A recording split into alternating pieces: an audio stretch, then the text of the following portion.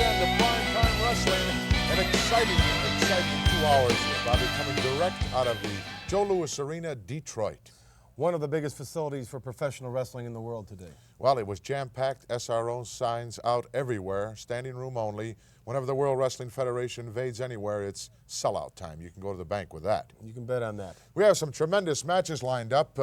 Hercules Hernandez taking on Mr. USA Tony Atlas. Powerhouse match. Boy, I don't know how to pick a winner there. I'll have to go with Atlas, though. You have to go with Atlas. No, not Atlas. I mean Hercules. You picked Atlas now. Let's stay with that. Their names are kind of similar. And, of course, our feature match, the big tag team confrontation, the former champions, Nikolai Volkov, the Iron Sheik, taking on a tremendous team in the Killer Bees. Why are you laughing when I say Killer Bees? The Killer Fleas. I didn't say Killer Fleas. I said Killer Bees. It's close enough. Whatever. What's humorous about it? First of all, there are tag team champions. They were tag team champions, Volkov and Sheik. They're experienced veteran athletes. The Bees. I rest my case. Beg to differ with you, Bobby. Jumping Jim Brunzell and beat Brian Blair, two of the most outstanding individuals that come along the road here in the World Wrestling Federation in quite some time. And incidentally, a friend of yours, a man who doesn't show me a whole lot of class, joining us this week, Jake the Snake Roberts. Wherever Jake the Snake is, you can bet Damien will be. Damien won't be far behind, always looking for something to eat. Plenty of action from the Joe Louis Arena. We're going to go there right now as George the Animal Steel takes on the Anvil, Jim Neidhart. Let's go to ringside. Introducing, first of all, from Reno, Nevada, at a weight of 280 pounds, Jim the Anvil Neidhart.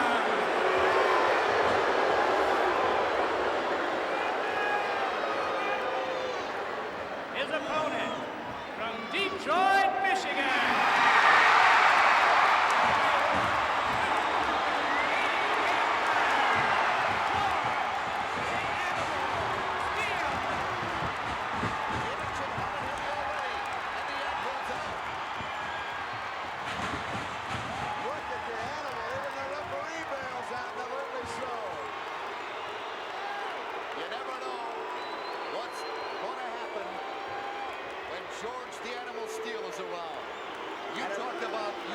Somebody who is unpredictable. There he is.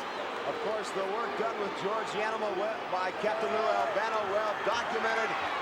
And 20,000 plus fans here at Joe Louis Arena, George the Animal Steel's hometown, roaring their approval. You have got to know the Animal is ready for this one.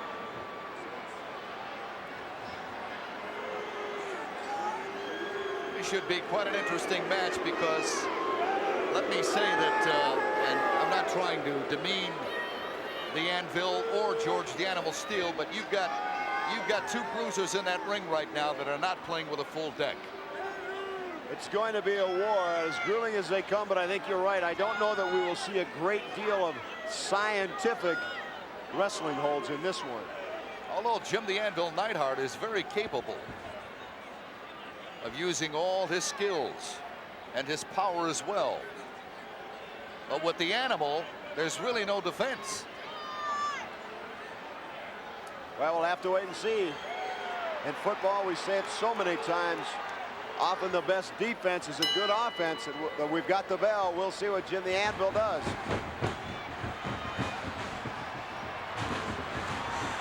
Well, he's out right now. Not exactly what you call taking a strong offense. The Anvil bailing out. Although the look in the eyes of George the Animal Steel, as we can see it here at ringside, Jack, I can't say that I necessarily blame the Anvil. I don't know that I would want to tangle with the Animal in the frame of mind he seems to be in.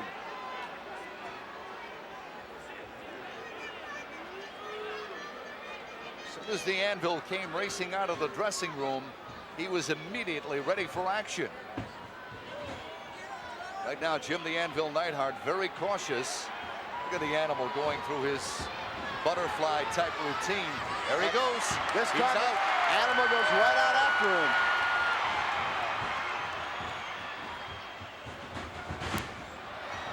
Right for a clothesline right there. As the Animal trying to make his way back in. Look, he's hooked up. He's got him caught in the ring ropes. The Anvil pushes the referee out of the way. The Anvil going to work right now. Outside the ring, the boots to the midsection of the Animal. ignoring the warnings of the referee. Oh, he's hooked up pretty good there. He really is. Referee trying to do his best to free him. The Anvil now coming in from the other side. The boot right across the throat and using the ropes for added leverage. Right now, George the Animal Steel is helpless as the Anvil getting in a couple of boots right there. Referee trying to unhook the ankle. Well, both ankles, in fact. Well, Jim Neidhart seeing a very advantageous position and certainly goes right to work. Now it looks like he's biting the ankle of the Animal. Right through the boots. The Anvil loving it right now. Again, applying the pressure to that top ring rope, but the Animal is free. And he's back in the ring right now. Question is how much damage was done. George the Animal Steel pointing that finger right now at Jim the Anvil Neidhart.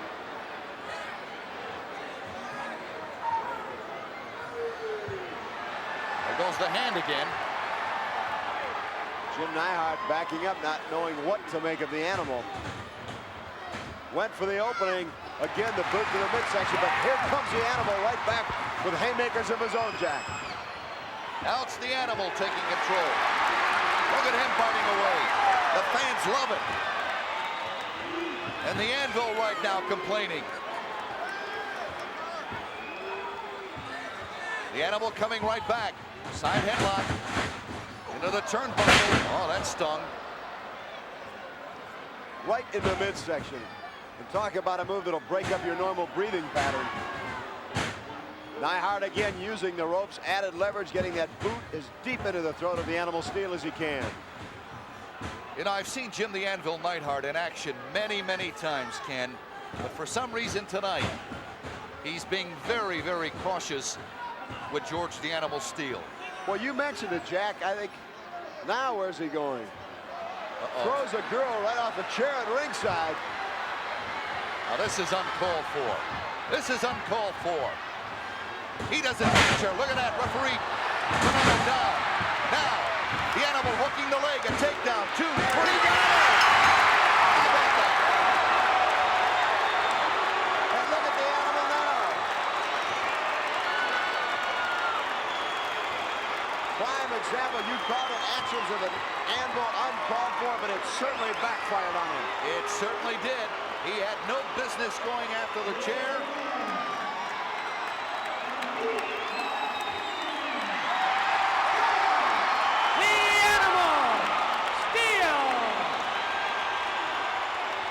Hand raised in victory. Neidhart not through yet. He caught him with the elbow, knocked him out. The Anvil going after the Animal. George the Animal Steel back in the ring and fighting him in. Look at him pushing referee Bonello out of the way. The Anvil now making way to the exit. He knows better. Wanting no part of the Animal. I think he may have made a tactical error, Jack. He was very, very cautious, unusually so, but perhaps you called it. Let's face it, the Animal Steel, as popular as he is, I don't know that his elevator goes all the way to the top.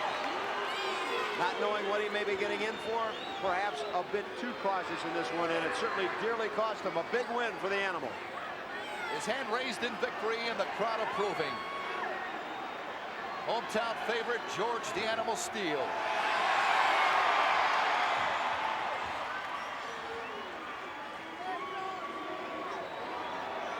There you see the Animal making his way to the dressing room. We'll show you again just exactly what happened. There's the Anvil going for the chair. The referee threw it. He was concentrating on the chair. The referee, Animal, caught him with a shot across the sternum area, hooked the leg, the weight across the shoulders, and it was all over before the Anvil even knew it hit him, Jack. Well, George the Animal Steel up to his old tricks, and what a better place to do it than in his hometown, jam-packed Joe Louis Arena. I just want to get the edification of the fans up to date as to some of the familiar voices that they're hearing coming out of the Joe Louis Arena. Of course, Jack Reynolds, my dear old friend, and Ken Resnick. Ken Resnick, that's right. You know, since I've been talking to you for the last couple minutes out here, I feel like the guest host should be Marlon Perkins. Why is that? We've talked about the Animal, We've talked about bees. We've talked about snakes. I'm sitting here with a gorilla. Are you going to be funny this week? No, because you're going to start calling me Weasel. I just thought I'd get it in before you did. See, now I never mentioned the word weasel. You were going You're to, the one though. that brought it out. But you were going to, though. You can bet, wrestling fans, that there's going to be plenty of exciting matches that will develop in the World Wrestling Federation at all times, and especially when we come out of a place like the Joe Louis Arena with 22,000 plus on hand.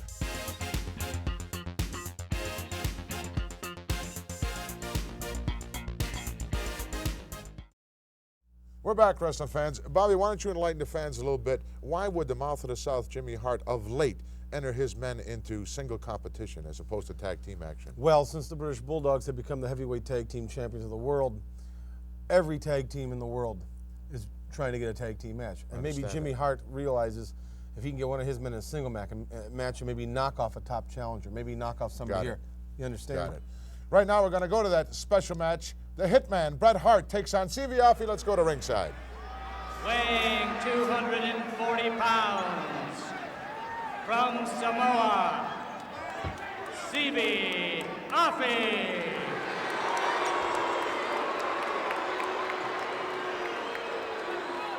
His opponent, weighing 235 pounds, from Calgary, Alberta, Canada, Bret, the Hitman, Hart. The referee is Al Bulldog Thomas. One fall with a 20-minute time limit. Jack, a little bit unusual. Bret Hart, one normally used to working tag team matches, finds himself in a single match. And absent, very apparently at ringside, we do not see the Mouth of the South. Jimmy Hart. Quite a contrast in styles, too. Bret Hart hailing from Canada Way, and Offi hailing from the island of Samoa. But you've got a lot of speed, a lot of strength, a lot of agility in that ring. There's the bell, and this match officially underway. Should be a good one. A little unusual. Bret Hart very willing to have the referee check both the elbow pads and the knee pads.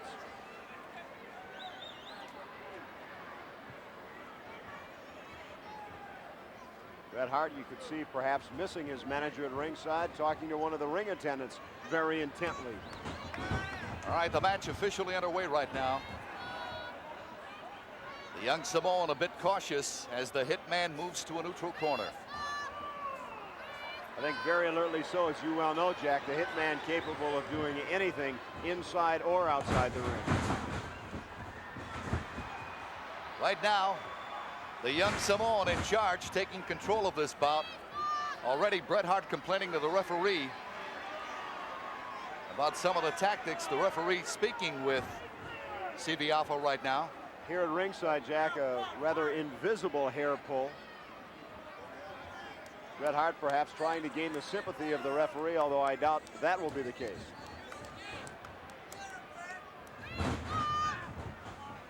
Once again, the Samoan pulling Bret Hart, and he's out.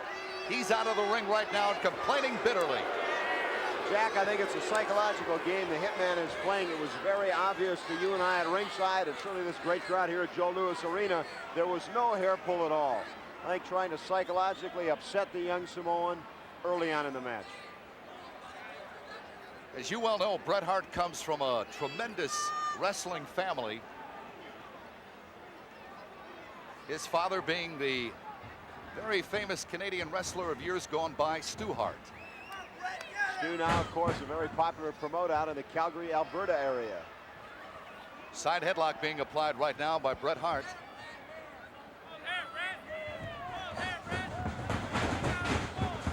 Nice shoulder block by Bret Hart. Samoan down. Hart coming off. Look at that. Oh, and a beautiful leg takedown. Great drop toe hold on the part of the Samoan. A bit of a leapfrog drop toe hold. That, again, Jack, we talked about the quickness of the Samoan.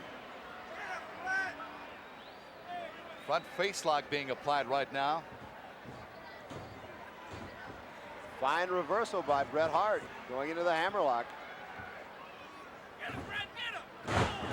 Double knee into the back area. That'll take its toll. Samoan quickly and correctly works his way to his feet. Going for a Beal throw, but look at that. Reverse. Beautiful reverse in there. Look at that. Sunset flip. Try for a pin. 2 and a kick out. Very, very close. And the Hitman outside the rope, seeking the sanctuary of ringside. I think that move, the quickness, even caught the Hitman by surprise. I'll tell you, one of the things, one of the attributes, one of the great things that Bret Hart has going for him is the fact that not only is he strong, but he possesses great speed for a big man in that ring. He does. We saw, you don't see it too often, we saw some of the amateur background earlier in the match. An excellent reversal by Bret the Hitman Hart. And sometimes, Jack, I think we and the fans are a little guilty of not giving the Hitman quite enough credit. He does have a great amateur background, and when need be, he is as good a ring tactician as you'll find. But as you well know, most cases he would rather work outside the rule book. All right, both men back in the ring again. Side headlock being applied by the young Samoan right now.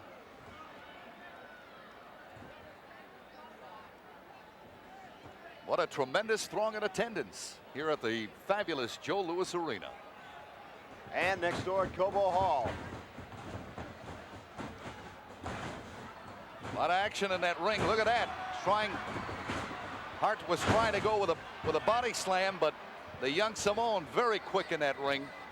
Leg scissors being applied right now, and a kick out by Bret Hart. It looked like he was trying to go once again for the sunset flip coming off the ropes. He came very close earlier on to getting a near fall, but Bret Hart was able to hold on to the ropes for just an instant to throw the timing of the Samoan off. Now, Jack, it looked like the Hitman is heading for the dressing room, but he's taking a breather right now. This is something that he and his tag team partner, Jim the Anvil Neidhart, do very well. As you well know, there are no timeouts in professional wrestling. But there are times when the Anvil, Jim Neidhart, will be seeing action on our card a bit later on, and the Hitman, Bret Hart, will take some time out. Bret the Hitman Hart a little bit reluctant about stepping back inside the squared circle with a man who he's not having a great deal of success with, CV Offi.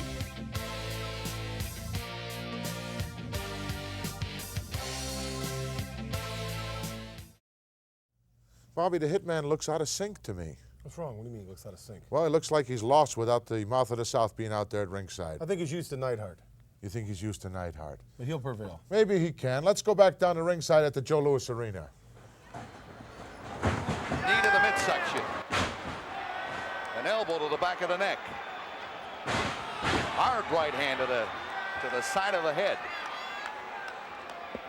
And right now the Samoan is reeling. Oh, into the turnbuckle.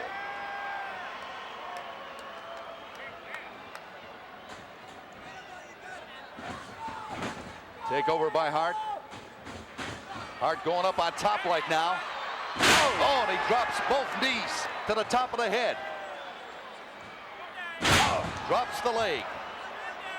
Try for a press. 1, 2, and a kick out. now there, Jack, I think if Bret Hart had laid across the Samoan, hooked the leg, as you would think, I think he would have picked up the pinfall, but perhaps his ego got in the way a little bit, trying to play to this great crowd at Joe Louis Arena. And I think the match had been over if he would have done it by the textbook.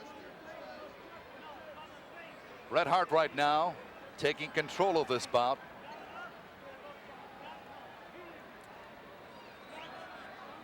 Now here, Jack, with that reverse chin lock at the same time, Bret Hart laying his weight back across the shoulders of the Samoan, really doing double damage, and that he is able to rest, regroup, gain his breathing. The Samoan has got to work to his feet as well as absorbing all the weight. Now you see he's trying to turn it around, get to his feet. That's the way to break that hold.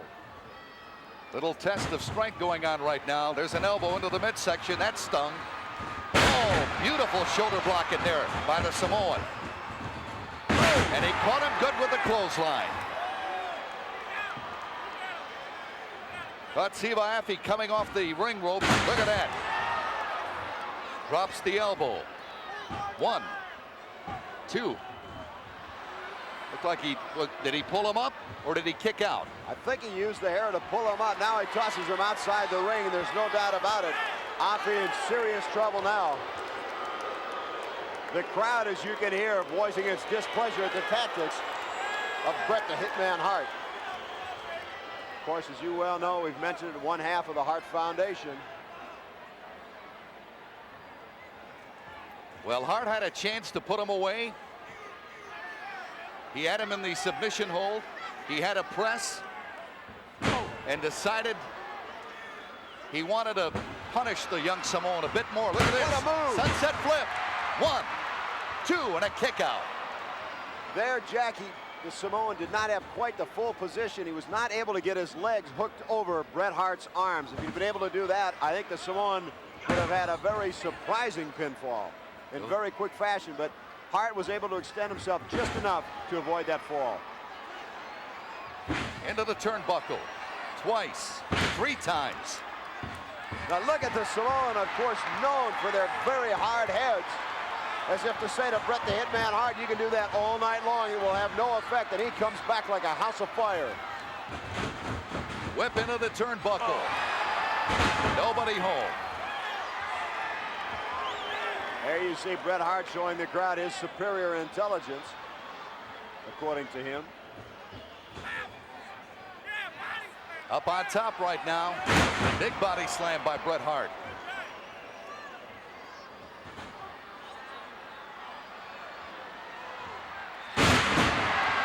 Hart coming off the ring ropes. Nobody home. The Samoan right now trying to regain some of his strength. Trying to come back. Grabs the legs. Samoan asking the crowd. They say yes. Referee says no. Look at Crowd that. wins out. A headbutt into the lower abdomen.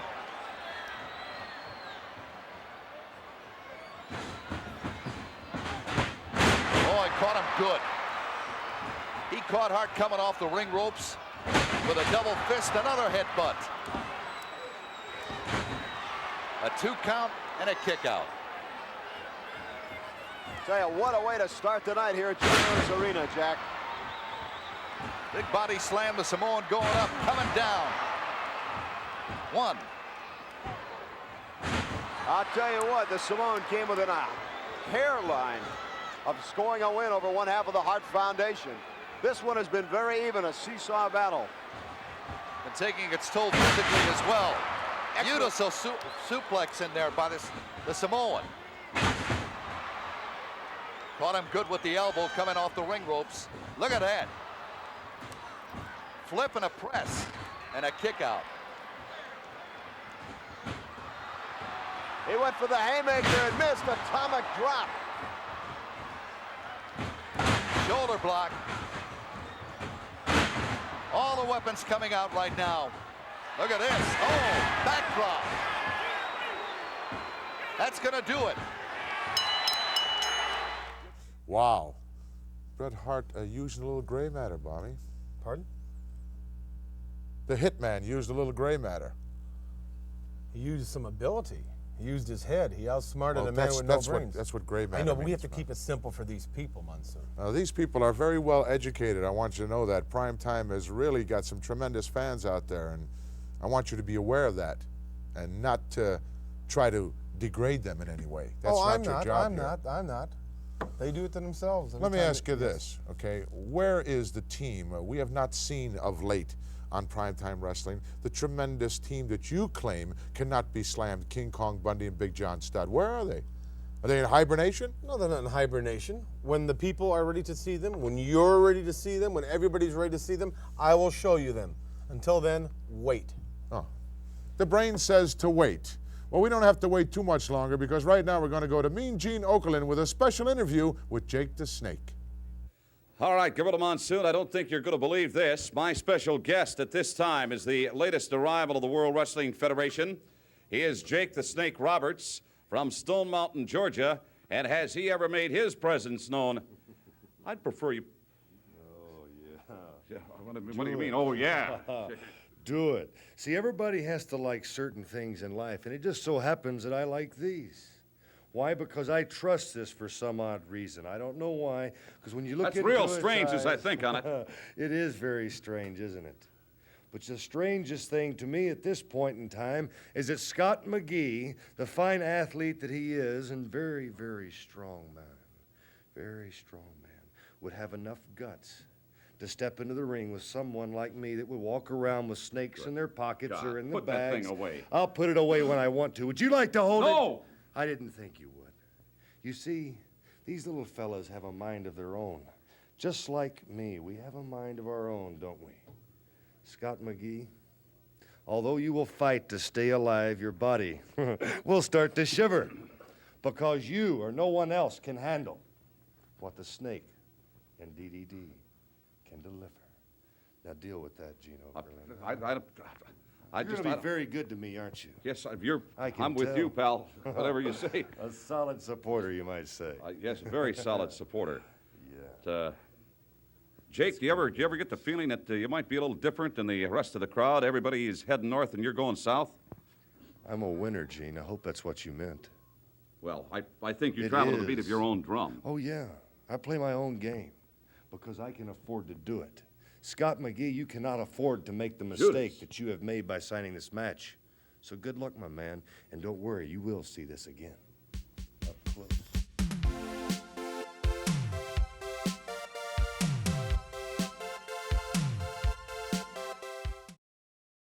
A very interesting piece of footage coming up, Bobby the Brain. I'm sure that you're familiar with all the unsuccessful attempts by Don Morocco and Mr. Fuji to make their stardom roles in anything, including the things they did, such as Fuji Bandito, Fuji Chan. How many other things did they do that were just a Fuji complete General. Yeah, complete disaster. I've got them all in my film library. They're my favorite shows. But I understand that they were approached to do a special pilot For detective on a very series. yes, serious. Let's take a look at that Yes. piece right now. Next time I'll call him. Nobody's. Here, I'll serve. I'll stay up front. George. Okay. Oh, good shot. You guys, there's a party over here! What? Look! Oh my God.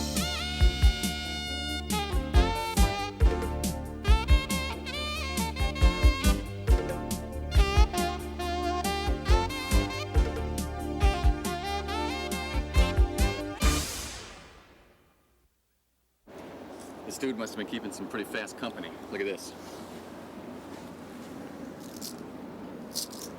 That bracelet must have been a gift from the Seahawk. All the victims get one. This is definitely drug-related. Must mean a shipment's coming down pretty soon. Probably coke. Probably a big one. Easy, lady. What is it? It's my brother, Juan. I haven't seen him for years. I can't believe he'd get mixed up in something like this. Drugs. Don't worry, Miss Angelica. Angelica. Here come two of our vice cops now. What do we got here, Lieutenant? That dude didn't die at Sancho, that's for sure. Our man here was wasted because of a big coke deal coming down. Street Hawk must be moving his stuff on the streets pretty soon. Our friend here must have gotten in the way somehow. Juan, my poor Juan. How does she fit in all of this? She claims she's this guy's sister, Angelica. Says she hasn't seen him for years. I don't see the family resemblance myself. What are you saying? Look, the Seahawk wasted this guy pretty good. But even in mint condition, I wouldn't fit you two for a match set. We'll take it from here, Lieutenant. The Seahawk's about to lose his wings. Don't worry, we'll get him. Or her. This doesn't look like woman's work to me. This guy was taken out Look, by... don't rule down anybody. Maybe we haven't caught the Seahawk for a while because we've been on the wrong scent. Look, check in with me, boys. Later, Lieutenant. Angelica, Lieutenant was way out of line here. My partner and I are going to get the guy who offed your brother. Don't worry about a thing.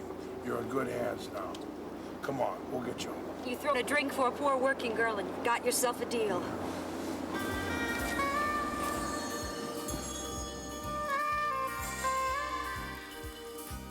So you see, Angelica, I believe everything you told us. It's true.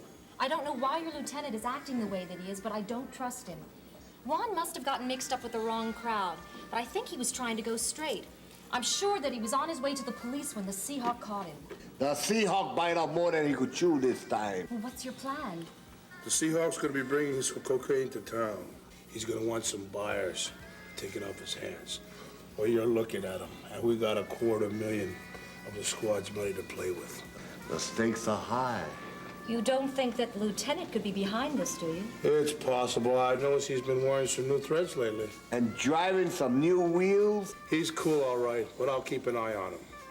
We'll hit the pavement, set up a meeting with the Seahawk, and tell him we're interested in buying what he's selling. Then we nail him. Now, how about we go back to my place? After you get the Lieutenant off the streets, I'm all yours. Let's pound some turf, partner. You're on.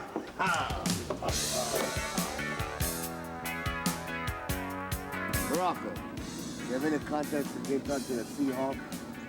Let's try our first informant, Matty the Mouth. Oh, very good, very good. You got a quarter? Yeah, here. I'll pay you back next week. Yeah.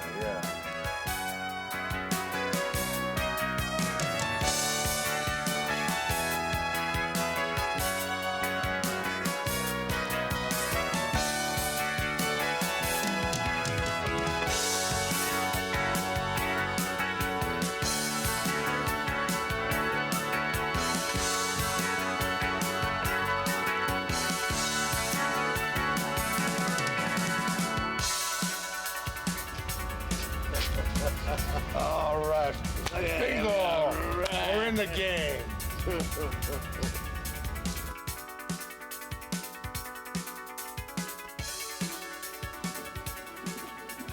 This $250,000 can buy a lot of happiness. Too bad it belongs to the department. Don't be surprised if it gets lost in the scuffle during the arrest. It could very easily find its way into our pockets.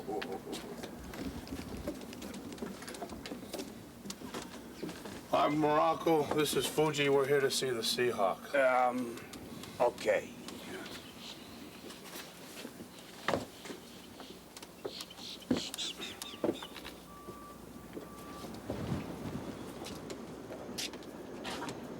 You two little boys lost? We're here on business. You don't look like businessmen. Too bad. We had $250,000 to invest in the import business. But if you're not interested, we're in the wrong place. Wait a minute. Why didn't you say you wanted some imports? We have a special today on a little nose candy. $250,000 can get you a snootful. But we want to deal with the Seahawk personally. Who is this dude? Don't worry about him. He's okay. He's from out of town. I want to get him a little something to chase his blues away. Let me see your business card. The Seahawk can't be too careful.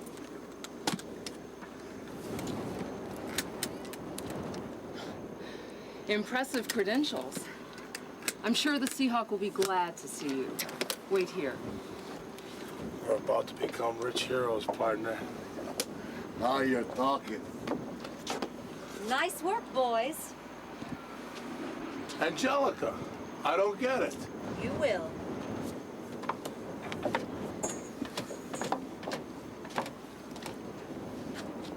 Where's the Seahawk? You're looking at him. Or her. I don't believe this, Angelica. My plan worked perfectly. 2 cops personally deliver $250,000. Some present. What are you gonna do to us? The same thing that happened to Juan. You killed your own brother? Juan worked for me. Then he got smart and wanted to go into business for himself. Tried to take away some of my best customers. The Seahawk doesn't like competition. I should have never hired a man. You can't trust them. Turk, tie him up.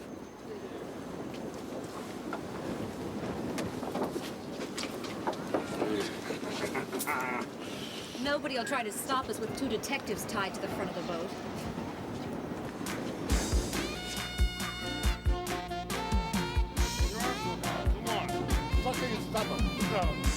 It is sucked in. Yours is hanging up. And look, you got enough rope to go around it.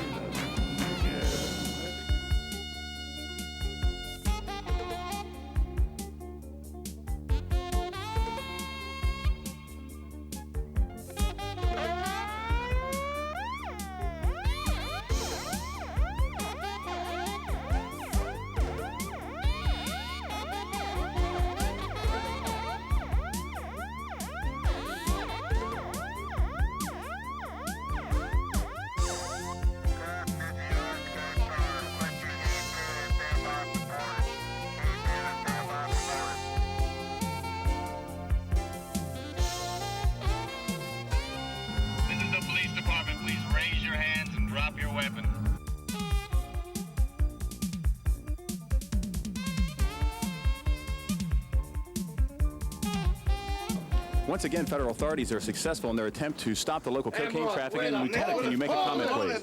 What's going on here? Wait. Is this one of the largest rings? Just a moment. Can you? What's this behind? Can you make a comment here, Lieutenant? We're the ones that knew about. And who are you, gentlemen? Who are you? Vice Detectives Morocco and Fuji. We're the ones who knew about the drug ring. And are you expecting a reward? Reward? Of course we don't. Two honest cops like us, we don't want any reward. We do it for our country. And you knew all along that the Seahawk was behind this? That's right. Very good thinking. From A to Z, we had it.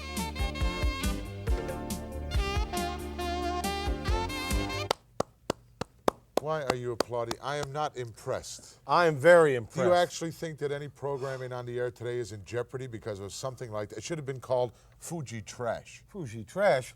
That has to go down with the same wonderful television things we've seen, like Cleopatra, Gone with the Wind. That was great as far as I'm concerned. Bobby, give me a I could break. watch it again.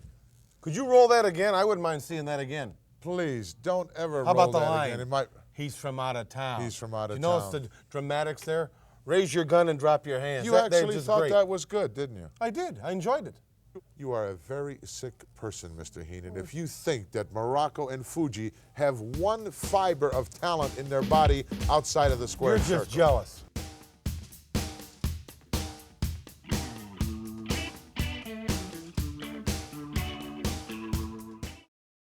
We're back, wrestling fans, and Bobby, we're going to get back into what primetime wrestling is all about, and that is wrestling. Iron Mike Sharp, one of the premier wrestlers here in the World Wrestling Federation, taking on, I know, a dear friend of yours. Carl Camouflage. No, Yes. it's not Carl Camouflage. It's Corporal Kirchner, Same 82nd difference. Airborne. Tremendous matchup coming you direct from the Joe Louis Arena, jam-packed to the rafters, 22,000 plus. Let's go down there right Let's go now. around the foxhole and watch this one. Please. Introducing from Hamilton, Ontario, weighing 265 pounds, Iron Mike Sharp.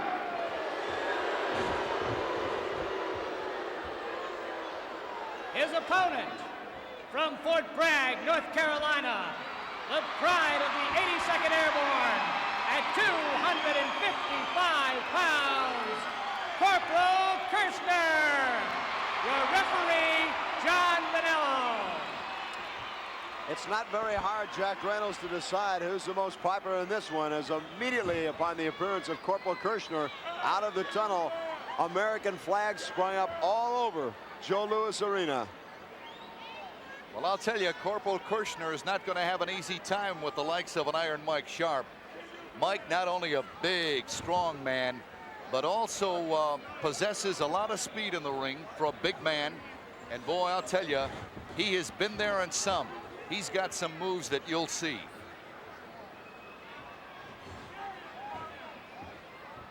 Big victory for both men this match. There's the bell. And the match officially underway. Corporal Kirchner extending the hand. Iron Mike Sharp wanting no part of it, refusing to shake hands. Iron Mike Sharp already complaining to the tremendous throng in attendance here at the fabulous Joe Louis Arena. The Corporal again extends a hand. Iron Mike Sharp screaming, no way, let's get on with the match. This might be a little psych job on the part of Corporal Kirchner. In some ways, perhaps Mike Sharp trying to embarrass the Corporal, leaving him standing in ringside with a hand extended. Wow, Corporal went for the collar to elbow hookup, and Mike Sharp went right for the wrist lock. Standing wrist lock being applied, a reverse and a hammer lock by Corporal Kirchner. Ducked right underneath. Corporal lifting him up by using that hammer lock, and that's going to do some damage to that elbow joint. Sharp wants out. Corporal pulls him right back into the ring. Still applying the pressure. Corporal kicks out. Beautiful monkey flip. Arm drag in there. Another arm drag. And Mike Sharp, he wants out. Again, Iron Mike Sharp bails out, seeking the sanctuary of ringside, wanting to get out of the squared circle. Two big men in that ring. Oh, yeah. Again, Iron Mike Sharp having all kinds of problems with that one corner of ringside. Fans voicing their displeasure at him, and he taking a great deal of exception to it. All right, Sharp making his way back into the ring right now.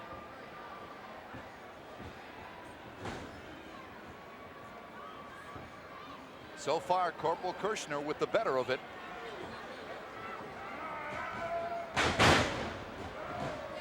Reverse wrist lock and a reverse. Nice takeover and a kick. With a series of beautiful counter drag. moves. Another arm drag. And again, Mike Sharp bails out.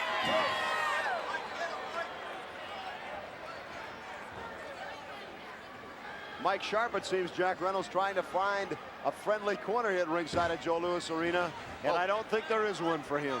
Well, both men are trying to mount the offense to this match, but so far it's been pretty even. All right, Mike Sharp once again back in the ring.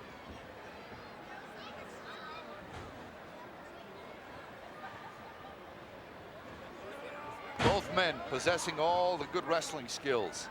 Side headlock being applied right now by Corporal Kirchner. Very good point, Jack, especially Iron Mike Sharp likes to go the roughhouse way, but he can go any way you want. He's got all the moves. Look at Corporal applying tremendous headlock. He is really moving it around. The big arms.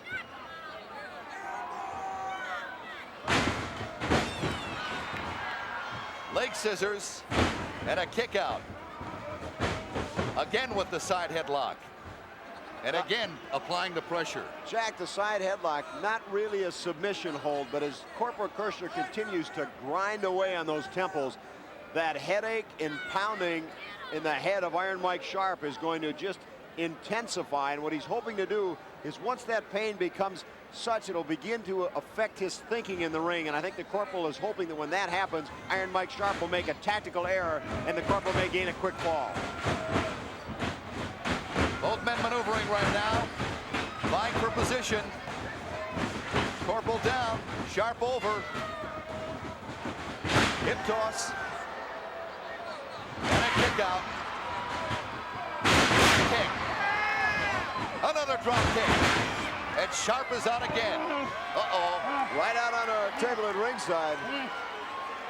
You can probably hear Iron Mike Sharp right now. He felt the effects of those two tremendous drop kicks by Corporal Kirchner. Now, Jack, Iron Mike Sharp saying he's had enough. Heading for the dressing room. Oh, no. He's going all the way into the tunnel. That's cause for it. Well, although he's having a great deal of problems in the Joe Louis Arena, Iron Mike Sharp will undoubtedly have to return to the squared circle. He has got a tiger by the tail.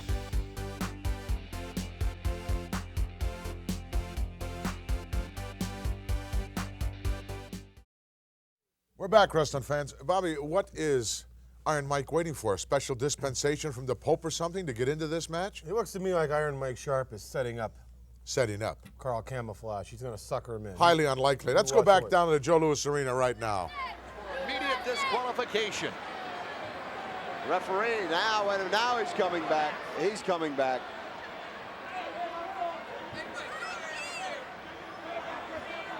Those two tremendous drop kicks.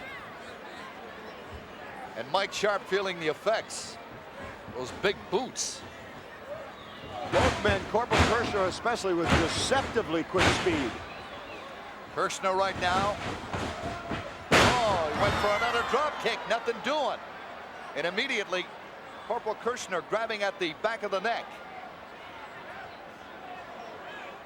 He's grabbing at the back of the neck as he went down very, very hard. He came down instead of spreading his whole body weight out, neck in a croc position. A hard open hand into the sternum area. And now it's Iron Mike Sharp with a whip. Look at that. Big back body drop. Now Iron Mike Sharp on top. Two and a kick up. The momentum in this one has certainly shifted, Jack. Oh, now, what Mike happened? Sharp, instead, he had Corporal down when after verbal exchange with the referee, may have given the Corporal enough time to regain some sense of balance, but now he goes right back after him. Sharp into the turnbuckle right now. Look at that, nothing doing. He reversed it. And it's Sharp into the turnbuckle. Now the Corporal coming back.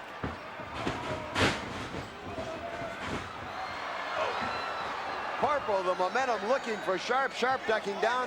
Jack went all the way up and over down to the floor.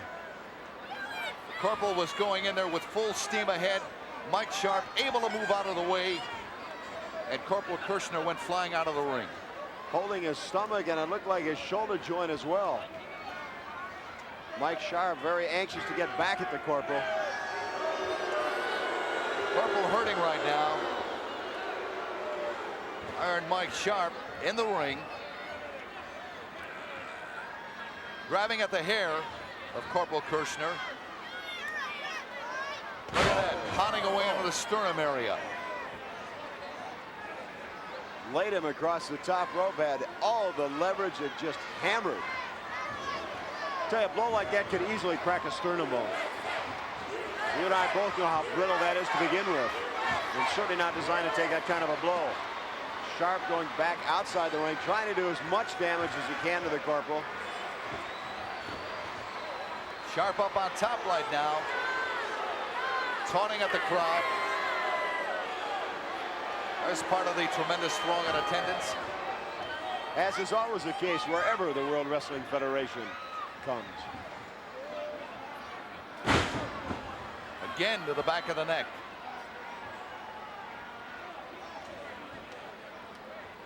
Working on that back of the neck. Look at that, missed. Flying body press, 1, 2. And Iron Mike able to kick out. Sunset flip. Iron Mike kicking out again. Corporal Kirchner making the most of 2 golden opportunities. It was close, Jack Reynolds, but no cigar. Both men would like to win this match right now. It's been a grueling, grinding pace. You've got to figure both men beginning to feel the brink of exhaustion. Hard into the turnbuckle.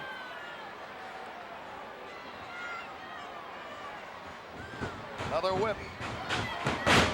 Right into the breadbasket. Oh, there's a tremendous shot.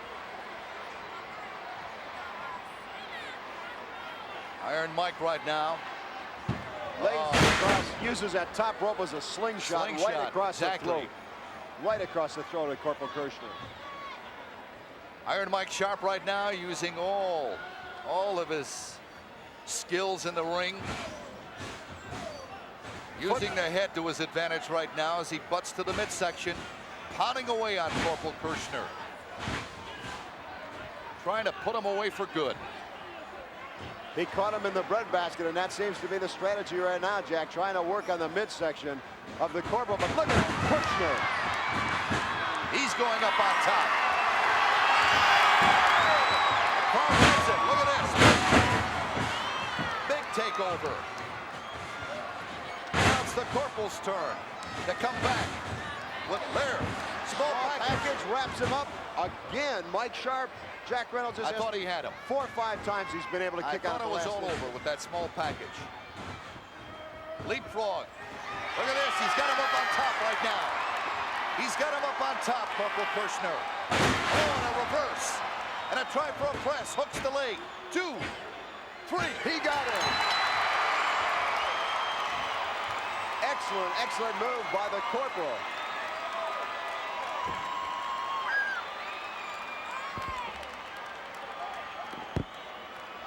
Your winner, Corporal Kirchner. You talk about sweet victories, boy, I'll tell you, that is a tremendous win for Corporal Kirchner over Big Iron Mike Sharp. Let's pick up the replay once again. He's got him up on top. Comes down with all his weight on top of him. Alertly hooks the leg, bridges across, and there's a count of 3. Wow, I never thought Corporal. What are you doing, Bobby? What I just are want you? to make Corporal Camouflage here feel at home. Oh, please. You actually think that that's See? humorous, don't you? No, I'm just trying to make him feel at home. He couldn't even find me behind some cheap plant. Boy, he certainly found Iron Mike Sharp, though. I didn't expect him to get a win of that nature. I didn't either. Using his patented backdrop on him. No, I didn't either. Mike Sharp's a tough You know what customer. he needs? He needs a good tag team partner, somebody that he can trust and somebody that he can depend on to go in and do a few numbers on a couple of guys I can think You're of, right. like King Sharp Kong, Bundy. certainly does Big need a John. good partner. No, I'm not talking about that at all. You mean Kirchner needs a That's partner? absolutely Maybe true. he gets somebody from the Navy. A whack, a wave. Maybe he gets some Cub Scouts. Maybe they could go door to door. Right and now, sell wrestling cookies. fans, we're going to go to a special interview. Mean Gene Okerlund, along with the former World Tag Team Champions. Some strange things, Gorilla Monsoon, happening involving snakes. Johnny Valiant, I don't think that's your trip, is it, pal? What's that, pal? Snakes. No, I'm not a snake man. But I'll tell you what. Listen, I'm talking to you. I tell you what. Speaking of snakes, there was 2 in the grass up there, pal, in Chicago. And speaking of Chicago, there's nothing. I'll tell you something. I'm gonna tell you something. A guy like Lou Albano, he's so low he can walk underneath a snake with a top hat. Now let me tell you something, pal. I'm talking to you out there, bulldogs, pals. You 2 limeys, you. Sure you got lucky. Sure you won the match. But it's not over. It doesn't stop here. Someplace, sometime, on the dotted line, read the warranty, Pally. It says a return match is in order. And when that happens, those belts are coming back to the Dream Team. All right, Brutus Beefcake, your thoughts? Well, I can't exactly say what's on my mind right now. You can. You can say whatever you want. Say whatever you want. We'll have to do this thing again. You know, we could be out working out or something, but we got to be standing here talking about the British Bulldogs, which I think is a waste of time. But we'll do it anyway. Greg the Hammer Valentine. You know, no matter how many times Beefcake, Valiant, and myself have proven ourselves as the World Tag Team Champions, it's like the old song by Bob Seger, Against the Wind. It seems like we're just running against the wind. One more time, we have to prove ourselves again and again and again. But you understand, we are prepared to do it. The Beefer is prepared to do it. He's made a lot of people famous in the World Wrestling Federation by hurting them, and so have I. And the British Bulldogs, nobody even heard of them until we made them famous, and now we're going to take that fame away. Well, you come up with a good point. I've heard that old expression, running against the wind. I think that's what it is, yes, right?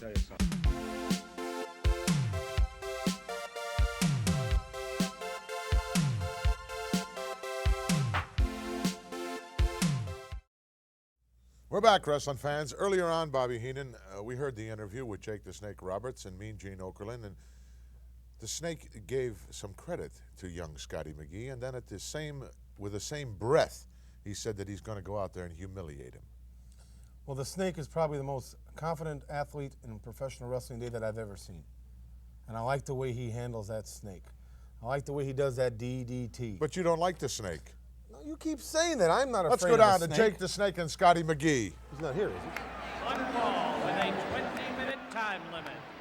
Introducing, first of all, from Scotland, at a weight of 231 pounds, Scott McGee.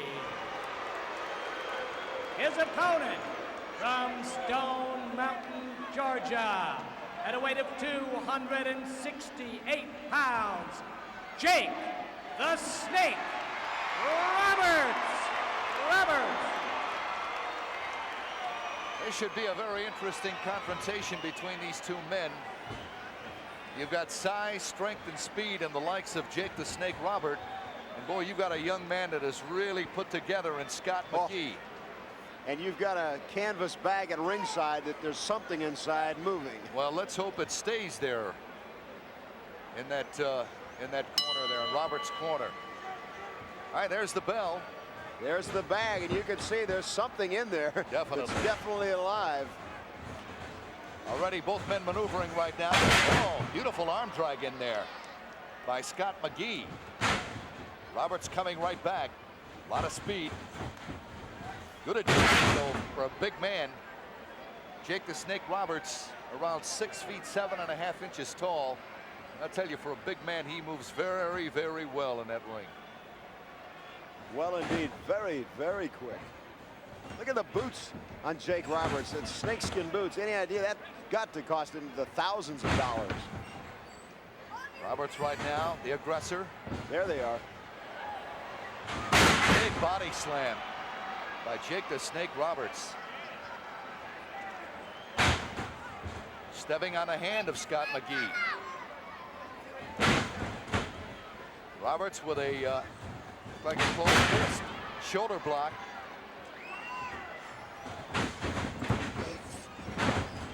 Scott McGee going for sunset flip. Roberts held on. McGee came right back, caught him with a vicious body slam. The second one. I'll tell you, Scott McGee, as I mentioned from the start of the bout, he is a strong young man. A lot of strength in that ring. Roberts right now just working out the kinks. Taking a little breather right now to break the momentum of this match. There's a look at the man they call the Snake. Ted, we talked earlier, Jack Reynolds, about this psychological warfare of having that snake at ringside. There's another look at that bag. But even the two snake heads on the front of Jake the Snake Roberts' trunks, his opponent, knowing what might happen to him should he be defeated, is got to psych him out to some degree. Bar by Scott McGee. Now there Roberts, what was that? He tried to grab for the bag. What's he going to do with the bag? Right I don't now, think I want to know. Yes. Right now, Scott McGee applying the pressure, working on that wrist of Jake the Snake Roberts. He's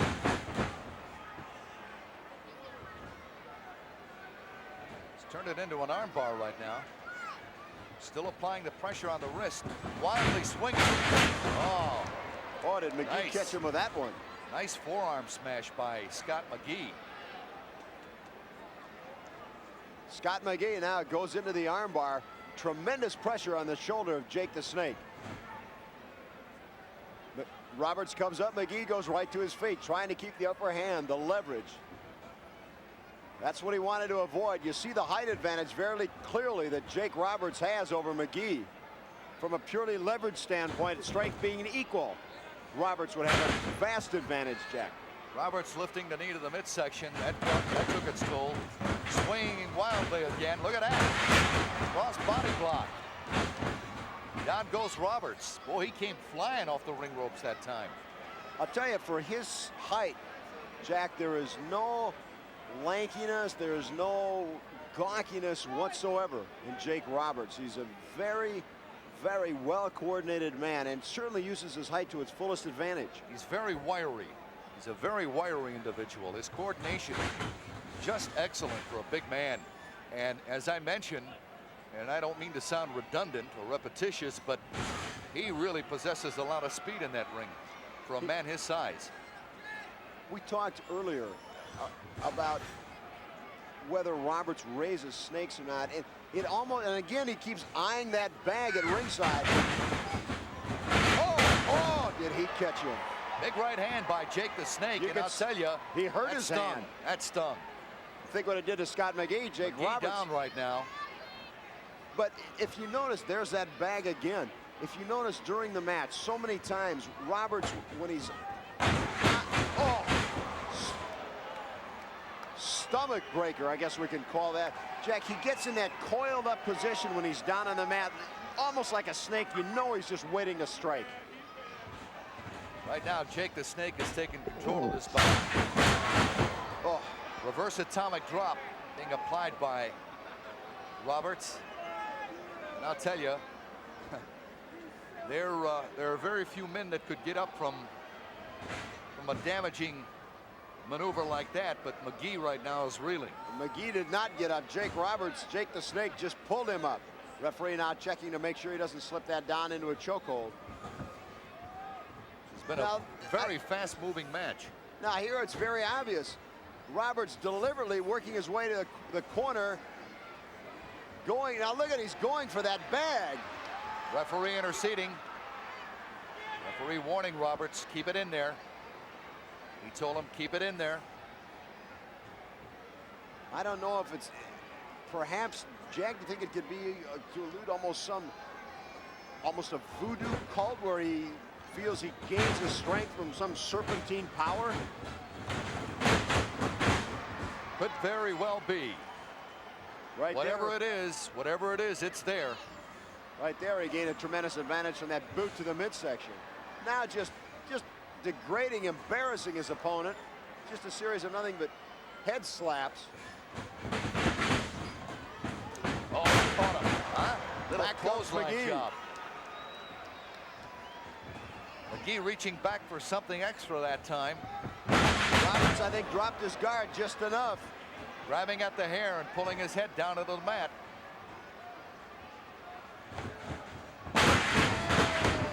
Beautiful suplex.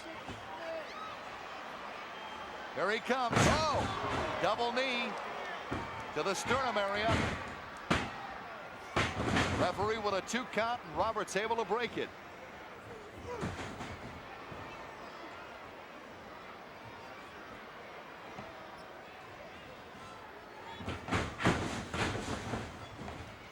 Roberts going over on top.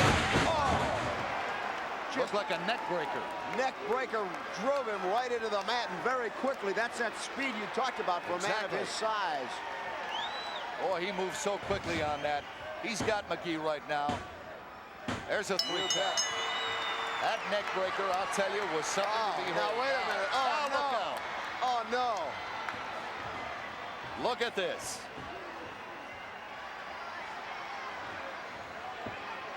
He's going into the bag. He's going into the bag. Oh, no. Oh. That's got to be a python. Oh. Or is it a boa? I don't know, and I don't want to know. Oh, how is this? This is incredible. I'll tell you, Gene Taylor, the ring announcer, looking down at us to see if I have to go in the ring, and I don't blame him for staying out. Oh, now that python just wrapping around Scott McGee. Referee warning Roberts, but to no avail to get that thing out of the ring. Asking him, oh. Look at that. Now look at Roberts right on top of it. If we could go wide, look at Roberts just going down. Just continuing to wrap it right around McGee. This is incredible. Now he's wrapped around the neck. Now, look at the blood coming out of, the mouth of Scott McGee. Oh, I don't know, the snake may have bit him, Jack. He may have. I'll tell you, the tremendous throng, everyone on their feet here at the Joe Louis Arena. The winner of the match, Jake the Snake Roberts. Everybody in disbelief right now. They can't believe what they're seeing. Uh-oh. Keep it away. Keep it away, Roberts. Yeah. There he goes. Jake the Snake Roberts. Scott McGee is still in the ring right now. He's trying to. Let's pick up the finish, the exciting finish of this match. Look at the speed of Roberts. Boom. He saw the opening and he went right for it. Exactly. Driving his. Well, he laid that DDT on him in a hurry, did he not? It wasn't a neck breaker. That was his patented DDT. No, that's for sure. You know, I cornered Jake the Snake not too long ago in the locker room, and I asked him, what does it mean, DDT? You know what his reply was? What? The end. Recently, here on Saturday night's main event, he had a little confrontation with one Ricky the Dragon Steamboat, in which he applied that same DDT only on the concrete floor. Well, Steamboat, that's using your head. That's what I always say about Ricky Steamboat. Ricky the Dragon Steamboat. And then his wife went to the back, I remember. She ran back to see how her husband was doing. Why not? Well, I imagine who else would care about him. But you could, the whole building in Providence, Rhode Island, you could smell that coconut or pineapple juice all over the floor. Ricky the Dragon sustained a slight concussion. He's back just about to 100% with a lot of scores to settle with Jake the Snake. We haven't heard the last of that one. We'll be back right after this.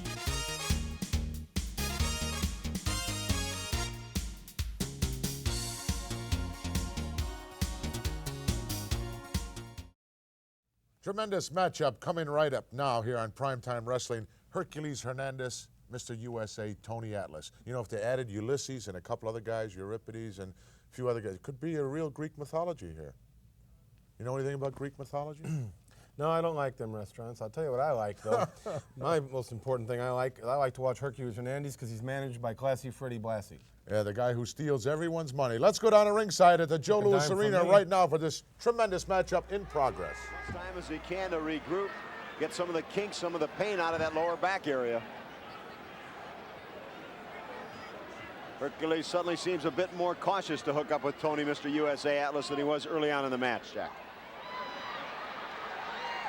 Tony likes to flex, likes to move. The crowd appreciating it. Very dedicated young man is Tony Atlas. You called it earlier, Hercules Hernandez not calling for a test of strength, and right in the center of the ring. Here we go, test of strength.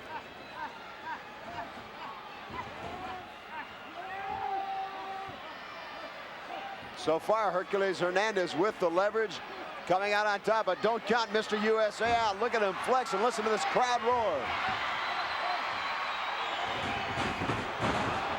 The big boot to the chest area.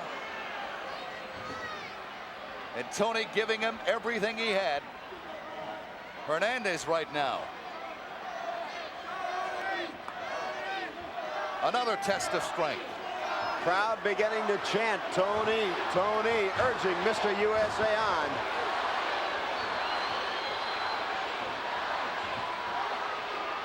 Tony coming up now. Now the test of strength in his favor. We take you right inside the ring and look at Tony Atlas. Tony picking him up, atomic drop. Big right hand. Hernandez down. Now Hernandez coming back. Oh! With one of his own.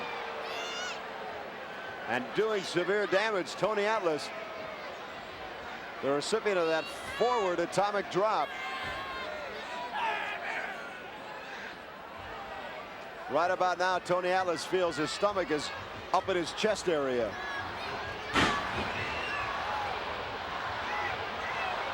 Hernandez with a big boot, another boot. Tony Atlas hurting right now. The crowd sensing it.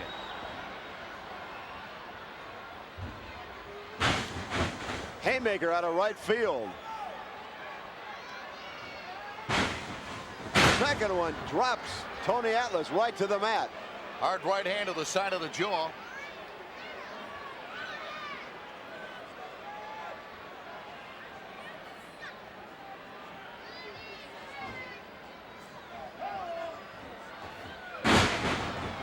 Hernandez drops the leg and elbow combination. Look at that. Wow. That's the upper body strength of Mr. USA, Tony Atlas. Tony picked him right up and moved him aside. Tony is reeling right now. He's hurting as Hernandez continues the assault. And some hard right hands. There's another hard right hand by Hernandez.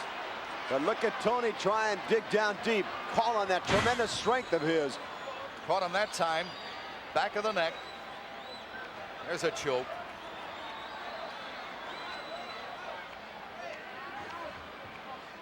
Raking the eyes as well. Referee Cashman warning Hernandez. Now, some of these interestingly, tactics. right there, Jack. Headbutt off the ropes by Mr. USA.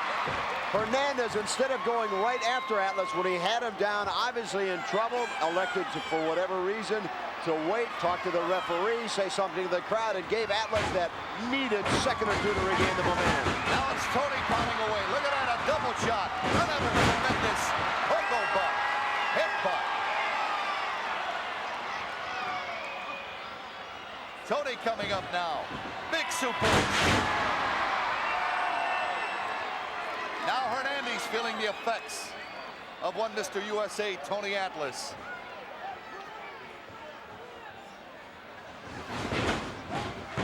Oh, Tony tried for the drop kick that time, and Hernandez able to pull back. Tony may have telegraphed it just a fraction of a second too early. Hernandez turned, saw it, and was just able to catch that top rope and hold on. Tony, meaning nothing, up in the air, came down hard on his back, was expecting to make contact and not ready to land the way he did. But now look at the strength. Hernandez goes into the backbreaker. Tony Atlas hanging onto the top ring rope. And Hernandez was not able to get complete control of that tremendous backbreaker. He had him up on top, though. Had him up, but he could not quite get enough leverage. Couldn't get him centered on his shoulders. Tony Atlas, you said, held onto the ropes and may have prolonged this match. This has been a very grueling match. Look at this. Sunset flip. Takedown. 2. Did he get the 3 count? We'll have to wait for it. Evidently, he got that count. He did get the 3 count. It even caught our bell ringer ringside by surprise. The winner, Tony, Mr. USA, Atlas. It happened so fast, the crowd, I'll tell you, unbelievable. Jack, you and I are sitting right here at ringside, and we were not even certain if he had scored the 3 count, but a great, great win for Tony Atlas. What a tremendous victory by Tony Atlas. And you talked about it earlier. This will certainly move Mr. USA up the rankings in the World Wrestling Federation. But the competition just gets tougher and tougher each and every rung you climb. Hercules Hernandez still can't believe what happened. He can't believe it. I'll tell you, that was a grueling match, Ken. Not only was it physical, but from the standpoint that both men who possess a lot of strength. Let's pick up the action once again. Here's the replay. Just slid right down his back, was able to hook the arms, was able to get the legs across the shoulders, scored the count of 3. Tremendous move. We talked about it earlier. In the World Wrestling Federation, you have got to be thinking 3, 4, and 5 moves ahead. Your dear friend, the fashion plate, Freddie Blassie, has to be bent out of shape about that, Bobby. He was kicking out at the count of 3. Just before his hand hit 3, he was bridging It was a little kicking ambiguous, the count. I'll have to agree with you. Fine. Here's one thing I can't agree with you on. I have in front of me here the latest edition of the World Wrestling Federation magazine. You always expounding to me about being the premier manager here in the World Wrestling Federation. Look who's got the feature story. The mouth of the South, Jimmy Hart.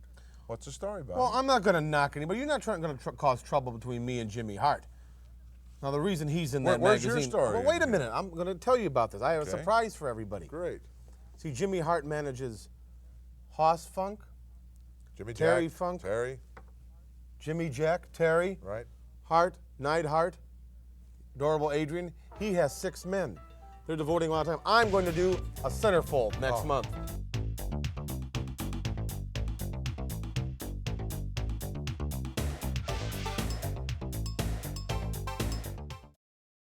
It's feature time this week on Prime Time Wrestling. Tremendous. What are you doing? Nothing. I'm just searching for something. Go ahead. Tremendous tag team combination here. Nikolai Volkov and the Iron Sheik against a team rapidly rising here in the World Wrestling Federation. The Killer I'm not in Bees. this thing anyplace. Well, I told you weren't in there. I gotta be in here. I told you that the Mouth of the South got the feature. No, I gotta be in here. Let's go now to the Joe Louis Arena. Tremendous tag team competition. There. No, you're not there. Let's wait go a minute. to Wait a minute. This match, one fall with a 45-minute time limit. Introducing first of all, from Tehran, weighing 258 pounds, the Iron Sheik. His partner at a weight of 313 pounds from Moscow, Russia, Nikolai Volkov.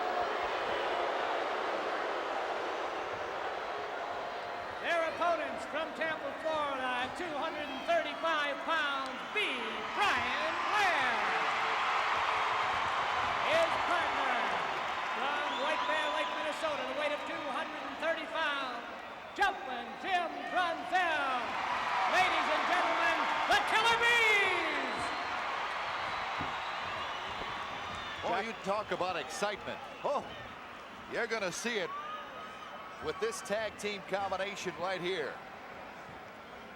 This one should be an absolute classic. Big win. Whoever wins this match, it will be a big win for either team. And a shot at the title. Would certainly be in line for a title shot against the British Bulldogs. Dynamite Kid. There you see the cast. We alluded to it earlier, Jack Reynolds. The broken hand of Jumping Jim Brunzell. He's got it wrapped. But it's got to throw off his timing. He likes to fly through the air, the flying drop kicks, the head scissors. And he's got to be a little worried about that. It has to throw off his timing, his maneuvering. Be Brian Blair and the Iron Sheik starting it off. Already the Iron Sheik having words with the tremendous throng in attendance. Right there, I don't know if the camera picked it up. The Iron Sheik trying to spit at the American flag. Jim Brunzell going over, taking exception to that maneuver. All right, momentarily, the action getting underway. B. Brian Blair and the Iron Sheik, who at one time was the former World Wrestling Federation heavyweight champion. Iron Sheik, one of few men to be both former heavyweight champions and also former tag team champion with his partner Nikolai Volkov. Already the crowd starting to taunt the Iron Sheik and Nikolai Volkov. There's a tag. No tag. The Sheik's still in there. Two men have yet to hook up.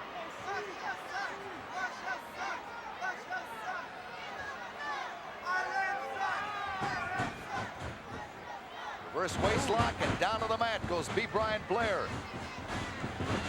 Quick sit out, up to his feet. At one time, not only was B. Brian Blair all scholastic down in Florida, but the Iron Sheik, also from his native Tehran, Iran, was also a great Olympian star. Beautiful takeover and a leg scissors by B. Brian Blair. Now we're seeing something, Jack Reynolds, you brought up a very good point. Both, of course, we know that. We expect it from B. Brian Blair and Jumping Jim Brunzell, but the Iron Sheik, very, very well schooled in amateur wrestling, an excellent wrestling tactician. Try for a punch by the Iron Sheik and a block by B. Brian Blair. Side headlock being applied right now. B. Brian delivers a little greeting to Nikolai Volkov outside the ring. Our camera's able to pick it up as B. Brian Blair caught Nikolai Volkov with a right hand to the side of their jaw.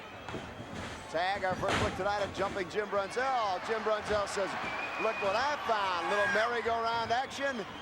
Up an atomic drop. B. Brian Blair gets in the act. Front face lock being applied right now by Jumping Jim Brunzell. Now, even there, Jack, you'd have to question just how much of a close grip Jim Brunzell can take with that broken hand. How much pressure it'll absorb. Exactly. It's got to hamper him somewhat, but Jimmy, the great competitor that he is, he'll go at it. Oh, look at this. Now that's the Iron Sheik going to deliver the boot to Jim Brunzell. Miscut his partner, Nikolai Volkov, in the shoulder. That's something you don't see too often. The Iron Sheik and Nikolai Volkov messing up on their timing, because both work so very well together as a tag team combination. Of course, at that point, with a little help from Jim Brunzell. Side headlock by B. Brian Blair. So far, the action hot and heavy and fast moving in that ring. Again, the tag, Jumping Jim Brunzell comes in. They double team off the ropes and a double elbow. Caught him good too. Double knees to the hamstring. Now it's Jumping Jim Brunzell. Look at that, applying the pressure as he works. Oh, beautiful takeover as he applied the pressure to that left leg of the Iron Sheik, going back on to work on the left leg. There's a tag. Here comes B. Brian Blair, double teaming right now. Eagle Oh, look at that. And he drops the elbow as well. Hooks the leg. But the referee is busy with Volkov. Jack, perhaps a strategy of the Killer Bees becoming very apparent. Rapid fire, quick tags, trying to keep a fresh man in the ring. They have tagged off 8, 9 times. As yet, Nikolai Volkov is yet to be inside the ring. Step over toe hold and a takedown. Perhaps that's the strategy. That's keep it. a fresh man in. That'll negate the difference in size and strength that they're giving up. Trying to use the speed to the best of their advantage. And so far, worked to perfection. And the one thing they're trying to do, they're going to try to keep the Iron Sheik close to their corner so they can tag out at any time. Keep them away from Volkov. All right, the Iron Sheik pulling out the hair right now. There's a tag. Here comes Nikolai Volkov, the big Russian.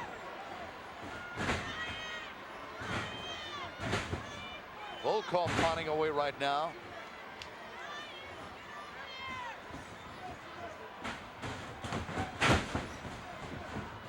Look at that, try for a sunset flip. He's got him. Referee is busy. The Iron Sheik keeping him distracted.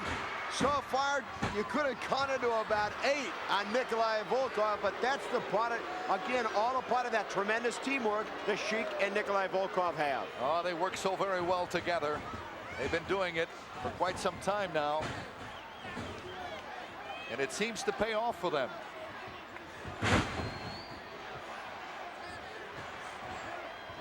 I don't know if our cameras can pick up. There's a gentleman seated close to ringside. He has an American flag and he keeps waving it very patriotically. Now he's up on his feet. There he is. I'll tell you, look at that. Bear hug being applied right now by Nikolai Volkov on jumping Jim Brunzell. Now with the size and strength of Volkov, this is a true submission hold. He could easily crack some ribs. Brunzell with the upper hand right now, Nikolai Volkov, but up to that point, the Killer Bees certainly giving the former World Wrestling Federation Tag Team Champions everything they wanted and more.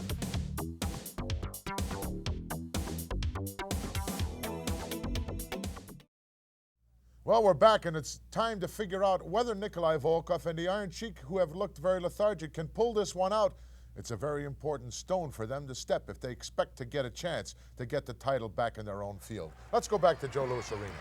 Trying to break the hold. Hard right hand to the side of the jaw. Jimmy Hart goes underneath. Now it's B. Brian Blair in there. You can't go over or go under him. B. Brian Blair, 2-on-1 and getting the best of it. What was the Sheik doing in there? He was coming to the aid of Nikolai Volkov. Volkov swinging wildly. A top. Volkov's leg hooked over the ring rope. He was able to hook that leg over the ring rope. So far, Jack Reynolds, Killer Bees having the best of this one. Oh, now right there outside the ring, that's the teamwork you talked about. The Iron Sheik referee didn't see it. Quick knee to the back of B. Brian Blair. But oh! Blair trying for a body slam and couldn't pick him up, and it almost cost the Killer Bees the match. That's right, he was able to kick out, luckily for the Killer Bees. Here comes the Iron Sheik with those dreaded boots. Now it's the Sheik in there. Clothesline.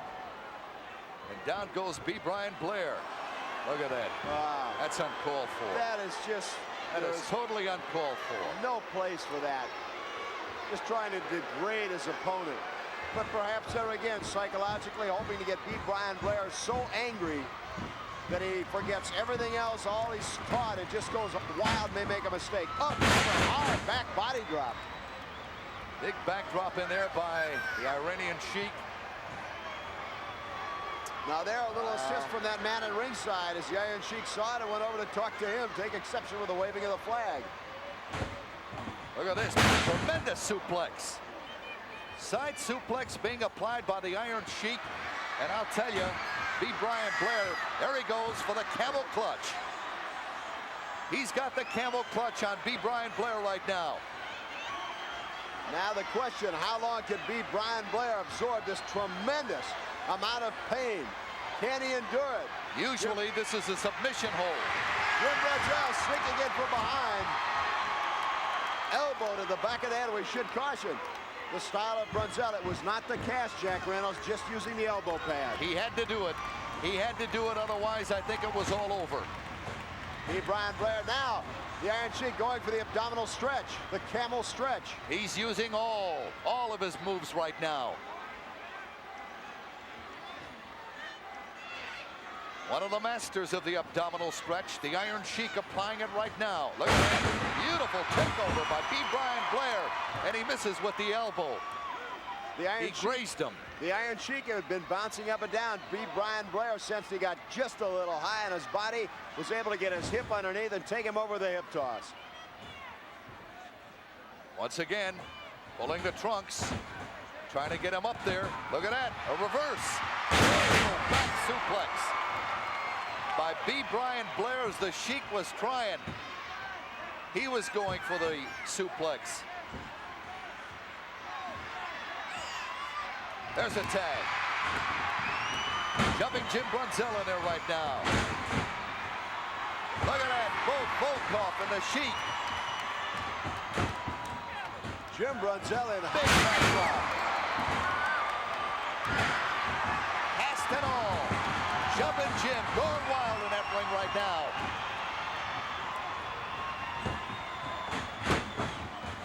Oh, and he clotheslined him. Try for a press. 1, 2. And the Iron Sheik able to break the press. Drop kick. 2 and Volkov in there right now. All 4 men in the ring.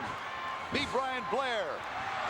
And Volkov is out. He caught a right hand to the jaw and he's out. Now they're going to go to work on the Iron Sheik.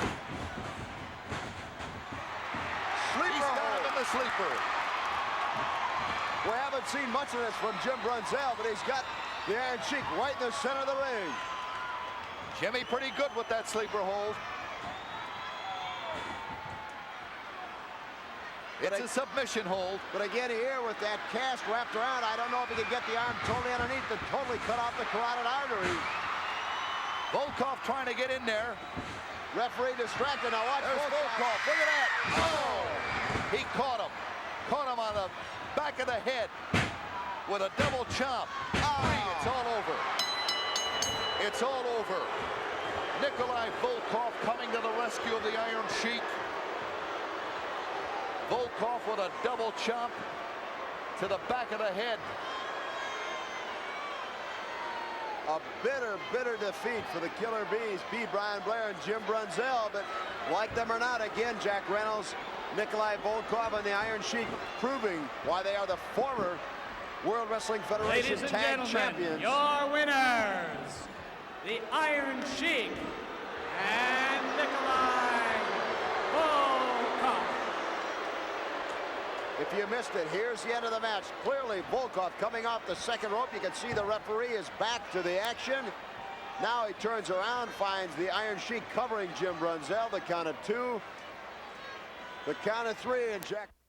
Well, the Killer Bees certainly don't have to feel bad about that, Bobby. That was a real Pearl Harbor job. No. They Miscarriage of justice. The Bees just got put away with the big Russian fly swatter, Nikolai Volkov. I call it cheating. I don't care. You know, I beg to differ with you. I had a chance to look at this latest magazine here from the World Wrestling. You are in here. I'm You're not right in there. Here. Yes.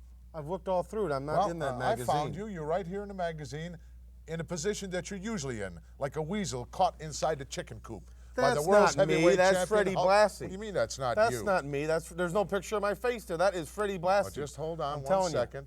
Bear with me for 1 second. Take a look at the kisser on that and tell me that that is not you. Champion. Now, wait a minute. Now, wait a minute. Let me see that. You're there. You're there, Bobby. In all your glory. No, that's not me.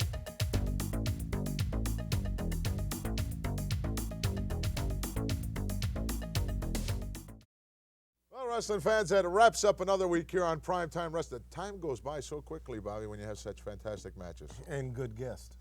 Well, that helps, yes, it certainly does. The only part of the program that I really didn't like and really wasn't too thrilled about was Fuji Vice. That was my favorite part of the program. That's obvious, yes. I could sit back and watch it all night. Get some nice popcorn, maybe a nice lemonade. Yeah. Put them feet up. Next week, all our matches coming direct from what's becoming rapidly a mecca for professional wrestling, Toronto's Maple Leaf Gardens. And of course, we're going to have our classic feature from some 10 years ago, special midget match. Well, I bet that's a short match. No, it's not a short match, no. Just because there's little guys in there, it's definitely not a short match. Don't forget, wrestling fans, every Wednesday, TNT's new time slot, 8 Eastern, 7 Central, and of course on Sundays, All-American with Mean Gene Okerlund. That's on at noon Eastern and 1 o'clock Central Time. And I also have good news for you. Go ahead, lay it on me. Everybody out there. Go ahead, give it to us. Next week, I'll be back right here Due to make to sure a- you do what you do right. Due to a diminishing number of requests, Bobby the Brain or Weasel, as you'd like to have it, pick your choice. How would We'll you join like us to have again next week here on Prime Time Wrestling. Until then, Gorilla Monsoon for the Brain, saying so long until next Fuji week. Vice for me again. I like to see a little more of that. No, we don't want that.